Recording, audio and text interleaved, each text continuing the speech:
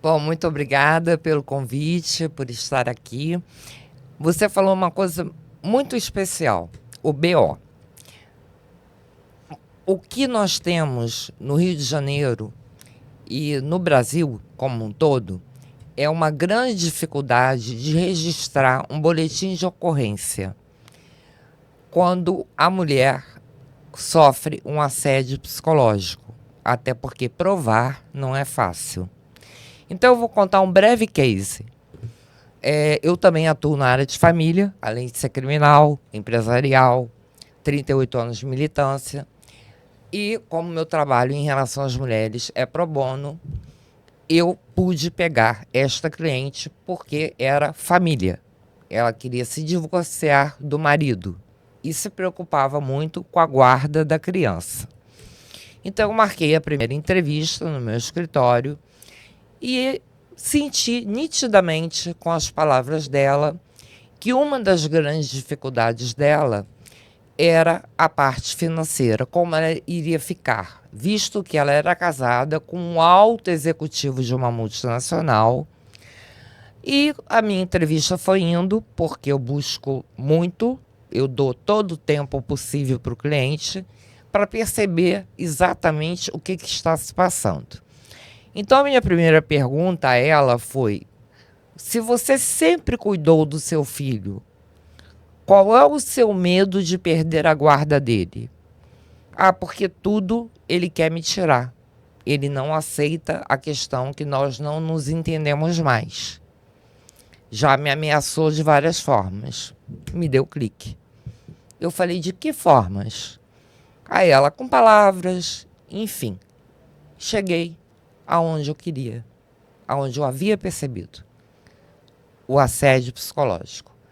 A autoestima dela já estava no chão, ela era uma cirurgiã dentista quando casou, e ele propôs a ela uma determinada quantia por mês para tomar conta do menino e abandonar a carreira. Uma proposta pseudamente dita profissional, mas, na verdade, por detrás tem uma estratégia ali de dominância, né? A família dela não se manifestou, porque ele era, repito, um alto executivo de uma multinacional. Quando veio a gravidez, ele determinou que ela parasse, que era muito melhor do que ter uma babá. E ela entendeu que ele tinha razão. E parou uma vida de anos, uma excelente cirurgiã dentista, que inclusive tinha acabado de ser aprovada em primeiro lugar em um concurso fora do Rio de Janeiro, que ele inicialmente havia dito que iria com ela para São Paulo, porque ele teria como pedir transferência, o que voltou atrás. E a partir daí começaram as situações psicológicas. Por quê? Ele, além de não dar a quantia que ele havia prometido, ela tinha que se submeter a diversos fatores para poder ter dinheiro até para se locomover. E entrava a questão da criança. Então, o que eu propus a ela foi: se você está pronta para a gente enfrentar um divórcio, eu estou sendo breve, a gente tem como provar que você passou por uma coisa chamada assédio psicológico. Posso fazer uma pergunta? Claro. Você falou aí também, fez uma colocação, uma palavra, né? Que é a prova, né? Fez uma referência à prova. Uma pergunta que caracteriza muito esses sofrimentos da mulher, né? Que sem necessidade nenhuma, pelo amor de Deus, né? Que são essas agressões sistematizadas, escusas, cabulosas, clandestinas, escondidas, né? Do submundo mental de alguns homens, né?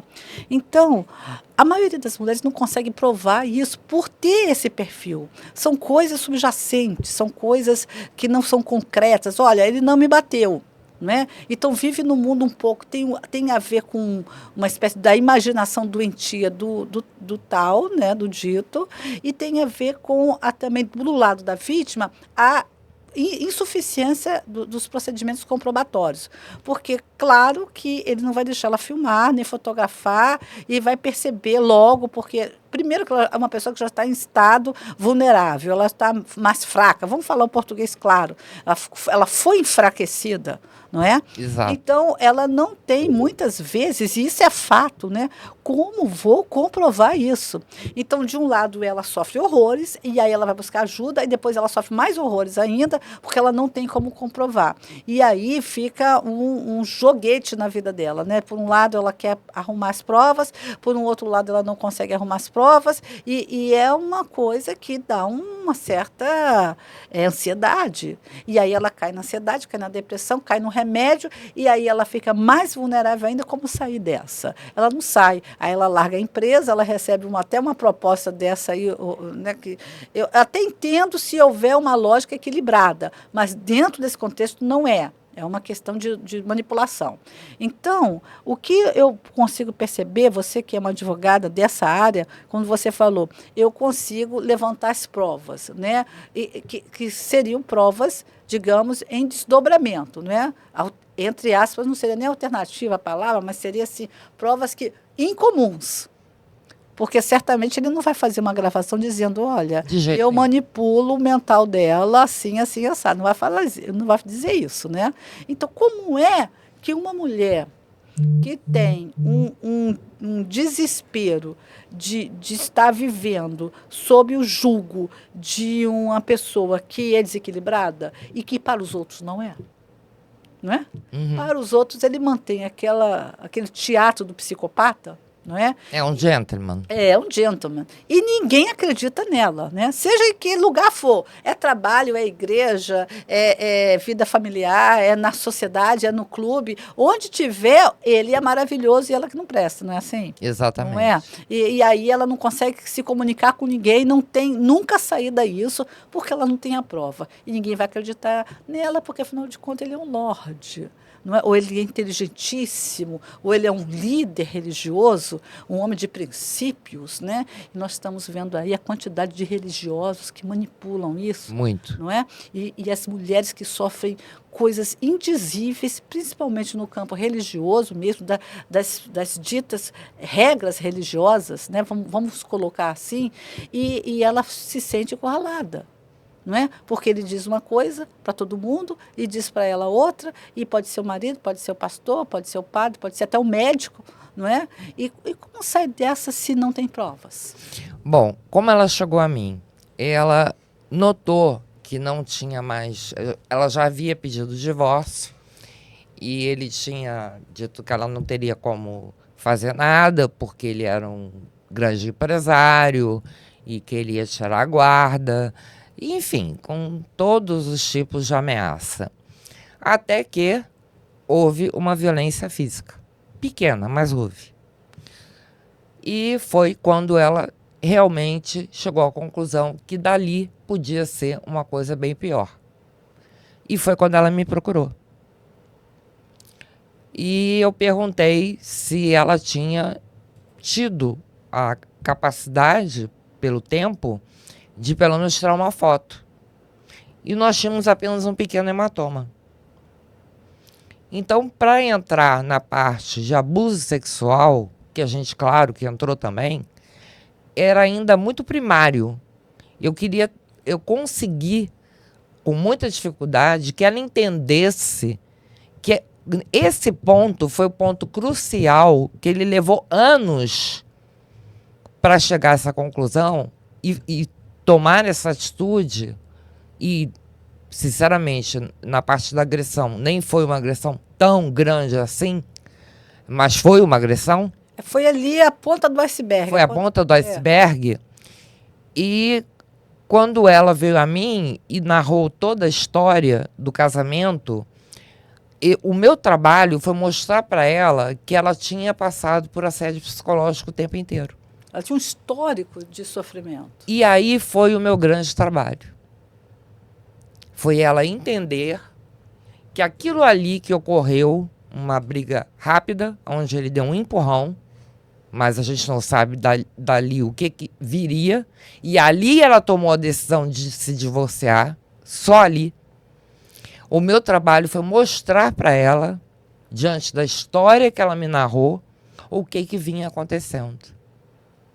Foi uma conscientização profunda, né? Puxou uma a gente tem esse trabalho, passado, a gente tem esse trabalho que eu acredito que para que ele seja o mais próximo do 90% que seja, a gente tem que entender um pouco de psicologia também. Muita psicologia. Né? A gente tem que entender das doenças mentais. Eu acho que qualquer advogado, e aí vem um pouco da minha formação de 38 anos, que eu comecei na área criminal, justamente está sempre olhando o lado até dos gestos da pessoa, o olhar, a hora que ela para, a hora que ela balbucia. Então, são detalhes que a gente tem que ter, independente da área que você estiver como advogada, para que você possa reconhecer até se você está diante de um caso verdadeiro ou não. E assim você levanta a sua engenharia pessoal Exato. Como advogada para chegar ao ponto de uma evidência e da evidência um procedimento comprobatório. Isso. Então, o que eu fiz? Eu perguntei a ela se ela estava disposta a ir a uma delegacia e fazer um BO. Na segunda entrevista. E ela, muito nervosa, disse que a preocupação dela era a guarda. E eu disse, olha, se você confiar em mim, ele não vai ter a guarda. A guarda vai ser sua. Até porque você abriu mão da sua profissão para tomar conta do seu filho. Embora ele seja muito pequeno e não tenha como ele depor nem a favor nem contra, e você nunca tenha feito nenhum tipo de alienação parental, muito pelo contrário, né?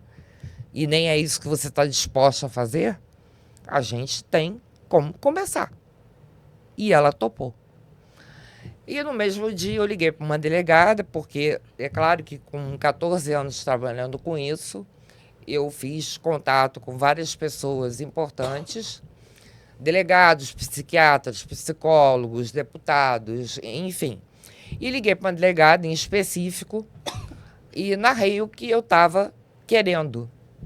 Por quê? Porque, embora não seja uma DEAN, que recentemente foi decretado que tem que ficar aberto 24 horas, porque a mulher tinha que ter hora para ir à DEAN, o que é um absurdo, né? Independente de ser uma DEAN, qualquer delegacia tem que atender uma mulher que esteja passando por qualquer tipo de violência. Isso é lei. Pois é, essa difusão do atendimento, ela tem que ser, inclusive, aqui fica uma sugestão, né, simples, mas que pode ajudar muito, até um trailerzinho, né? Sim. Nas praças, né, que de alguma maneira a mulher entra ali muito discretamente e relata, não é? E ali ela sai com algum documento e já registra que há alguma questão, porque muitas vezes ela também não tem nem como sair para fazer alguma coisa que vai estender o seu tempo, que horas ela vai voltar? Né? Que ela, para sair, para resolver uma coisa dessa, ela sai de manhã e volta no final da tarde. Às vezes não tem dinheiro na mão para isso. Ainda é distante, não é? E ali no local, uma pracinha, uma coisa assim, agregada a uma escola, não é? Até uma área comercial, né? Ali já fica alguma coisa que possa receber, talvez até online, mas ali tenha talvez uma recepcionista. Parece uma coisa muito simples, mas as coisas simples são as coisas que mais se ajudam a resolver. Exato. Não é? É um gatilho, é uma coisa ali que pode resolver de maneira concreta. E você tirar, inclusive, as crianças de uma situação. É isso? Quando você defende a mulher, na verdade, você defende a família inteira. A família toda. Porque todo mundo sofre. A mãe não consegue sair da situação e está lá com 3, 4, 5 crianças, escadinha, não é? E aquelas crianças crescem no inferno. E achando que aquilo ali é normal, ou sofrendo e tendo muitos problemas psíquicos no decorrer dos anos da própria criança. Eu só gostaria de chamar a atenção, você que está acompanhando o nosso trabalho, que nós estamos tentando dilatar, crescer, entender interpretações possíveis de algumas causas e as soluções, né, desses problemas, né, algumas soluções, porque isto está atrapalhando a vida profissional das mulheres. E a vida pessoal. E a vida pessoal. Então, nossa, mas nós estamos nesse ano, né? Nós estamos tudo aí com redes sociais, as denúncias, né, nas redes, né? Nem todas têm a coragem de passar por cima de tudo e de todos e nós de olha, ele está fazendo isso comigo, tá? É ele sim, tá? Talvez eu não possa comprovar agora, mas eu não aguento mais, tá? E isso ocorre há 10, 20 anos, tá ok? Por favor, eu vim aqui para dizer isso. Então, esses espaços de fala, eles precisam crescer. Muito. Eles precisam ter mais espaço, a rede social, trailer em pracinhas, escolas. Nós precisamos conscientizar, principalmente as lideranças como você, as lideranças de defesa, para ter os projetos de lei, não é? Porque as mulheres estão sofrendo, e aí, quando você volta lá para o mundo empresarial, você vê que aquela mulher não tem mestrado. Porque o filho dela, o marido dela, a outra criança não sei o quê, a falta de ajuda na rotina da casa, faz ela fazer a faculdade, mas ela não consegue fazer o mestrado. Ela faz o mestrado, mas não consegue fazer o doutorado. Quando consegue fazer faculdade. Quando consegue fazer faculdade. Então, ela empreende, ela juntou lá aquele valor e ela comprou, enfim, um imóvel para daquele imóvel transformar em alguma coisa e aquilo empaca. Por quê? Porque ela tem que sair de casa. Naquela semana ela teve um sofrimento tão grande e aí ela deixou de entrar em contato. Não é assim? Ela deixa de entrar em contato com aquele profissional que ia fazer a obra, daquele espaço físico que ela comprou ou que ela alugou. Então, deixa para outra semana. E não é uma questão de procrastinação, é uma questão que ela não tem condições. Não é? Aí a criança fica doente, ela já, em vez de resolver o negócio do negócio próprio dela, né, o negócio empreendimento, aí ela leva a criança para a escola e ela para o hospital, para o médico, e ela também está doente. Exato. Não é? E aí começa aquela coisa de sempre. É um ciclo que não para. Que não para nunca. Então, é só para deixar aqui bem claro que nós estamos até um envolvimento assim, de entendimento, até psicológico, né? E em breve teremos aqui as profissionais, não é, dessa área, mas que isso está atrapalhando a vida corporativa do empresariado feminino, sim. Não é? Inclusive, nós temos muitas mulheres que tiveram que mudar, transitar, né? Porque na outra condição anterior profissional, o marido se envolveu, né? Acabou destruindo tudo. Não é? Então, como é que faz isso? Esse sofrimento não tem fim? Como é que é isso? É conscientização? É política? É projeto de lei? Somos nós mais unidas? Não é? É difundir espaços de proteção? É as crianças serem educadas? Os meninos serem educados? Os homens, né? Porque um homem ele é capaz de chegar perto do outro, um homem fala assim, amigo, o que é isso aí? Que história é essa aí? E, no entanto, pouco eles fazem isso, não é? É bom fazer, não é? Um homem que é um pai, ou um jovem, que vê o outro jovem destratando a namorada. Não, peraí, só um instantinho, o que você falou com ela? Que isso? Exato. Não é? Então, é o homem que defende as mulheres de outros homens. Não é? Vamos levantar essa pauta aí também, essa bandeira, não é? Vamos sensibilizar os homens a terem essa missão. Porque, afinal de contas, querendo ou não, está no DNA. Não está no DNA? Está. Não é? Nós queremos ser protegidas, não é isso? Com né? certeza. E nós gostamos dos homens. Com certeza. Nós não queremos sofrer com alguns. Não é? Então, a verdade é essa. Deus nos fez, né? Homem, mulher, tem essa história toda, né? Então, nós precisamos... Aquela história, se você crescer um pouco mais a interpretação, a gente pode ir lá naquela do homem que vai e traz a comida, não é? Então, a proteção está no DNA masculino. Não é? O homem tem que ser um protetor da casa, que é isso, da família. E, no entanto, é ele que faz o negócio. Isso é de um disparate na existência da mulher, não é? Quantos homens chutam a barriga das mulheres grávidas? Qualquer classe social, pelo amor de Deus, isso é anormal, não é? Como é que um homem fala para uma mulher, né, que chega toda contente, olha, você vai ser pai, na próxima frase é, não, você vai lá e tira. Que isso? Não é? E por aí vai. Não é? São Então, tantos é um absurdos. absurdo de perversão. Sim. Será que o homem gosta de ser o homem, né, da mulher? Porque é um grau de perversão que quando ele bate na mulher, quando o homem chega na agressão física, ele bate de uma tal maneira como se ele estivesse batendo num homem zarrão de 2 metros. Às vezes a mulher bate na cintura dele. Ele não quer saber, ele desce a mão, quebra todos os dentes.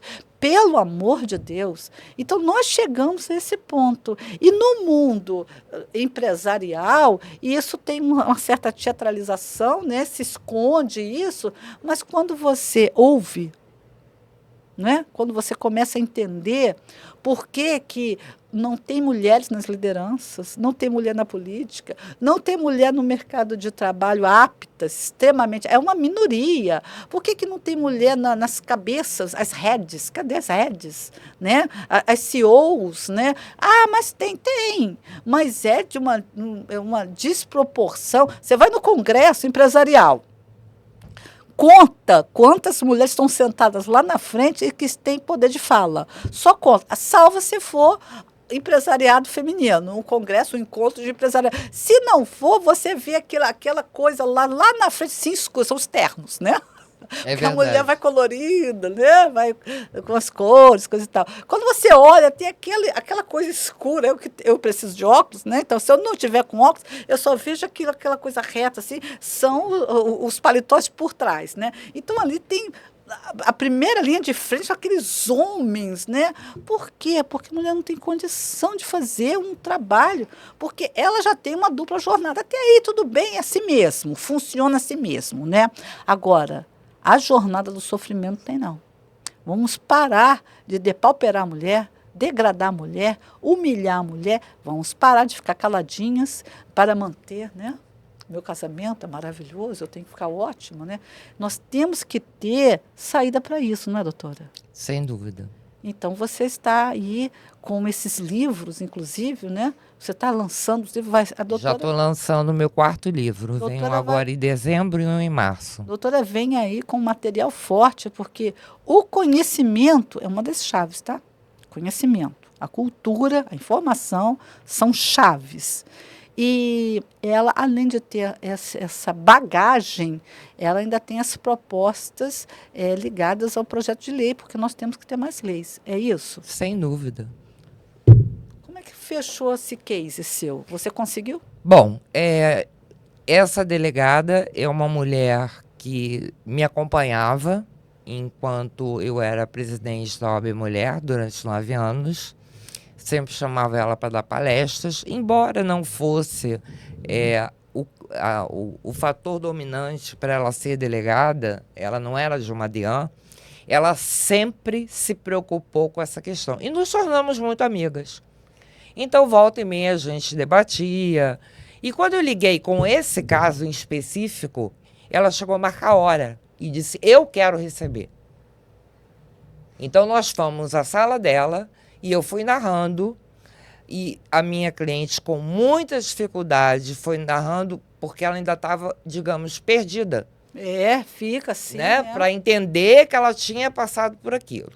E aí eu deixei claro, por parte da delegada, fazer as perguntas pertinentes, porque eu não poderia impor um BO sem provas, sem ter uma certeza de que aquilo ali eu tinha, mas que aquilo ali seria levado adiante.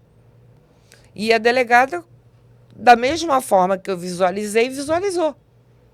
Então, veio um inspetor, que por essa delegada, ele foi todo instruído para tratar uma mulher da melhor forma possível.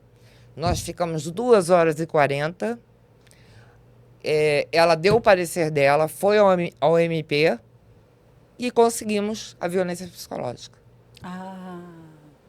E depois, claro que, ao mesmo tempo, o pedido do divórcio, que era o que ela estava me pedindo, que ela foi até a mim para o divórcio. E a guarda da criança. E ele está perdendo. Entendo. Então, o que nós temos que fazer... Não, espera. 5 segundinhos, aí retoma, porque senão vai vazar a hora. Tá. Vamos lá. Entendo. Então, o que nós temos que fazer é nos estruturar para as atitudes concretas, né? Ter o discernimento jurídico, as advogadas se aproximarem cada vez mais, não é, dessas questões, nós termos aí também a estrutura social, né, na cidade, difundir os espaços, né, capacitar os profissionais que estariam, né, que na verdade estão envolvidos de frente, os atendentes, né, os inspetores, as pessoas que estão na lida desse caso, preparar essas pessoas, porque está vindo aí uma nova geração de mulheres com as variantes desses assédios, né, que já são diferentes de 5, 10 anos atrás, principalmente os cibernéticos, né, Exato. e ficar cada vez mais com a condição de, primeiro, solucionar o problema. Segundo, devolver a vida a essa pessoa, A porque ela tem dignidade. direito a essa dignidade, a essa vida saudável, a essa liberdade do ser dela, não é? Doutora Ana Beatriz, mais uma aula aqui, né? Muito obrigada. Estaremos sempre juntas aqui. Seja sempre muito bem-vinda aqui no nosso podcast. Muito obrigada. Tá? Vamos voltar com você outros dias, tá Se bom? Deus quiser. E você que acompanha o nosso podcast aqui do Clube das Empresárias, nós estamos no tema assédio, ok? Você quer participar do nosso podcast? Entre em contato aqui nos comentários, né, das plataformas, deixe aí o seu e-mail que nós falaremos com você. E acesse também o canal de YouTube do programa Mulheres da Rede Barra TV, tá bom? Estamos lá também entrevistando pessoas fantásticas, lá também com conteúdos ligados à tecnologia, a bem-estar, saúde. Você vai gostar do programa Mulheres, tá bom? Até a próxima e aqui conosco, você sempre junto, podcast Clube das Empresárias.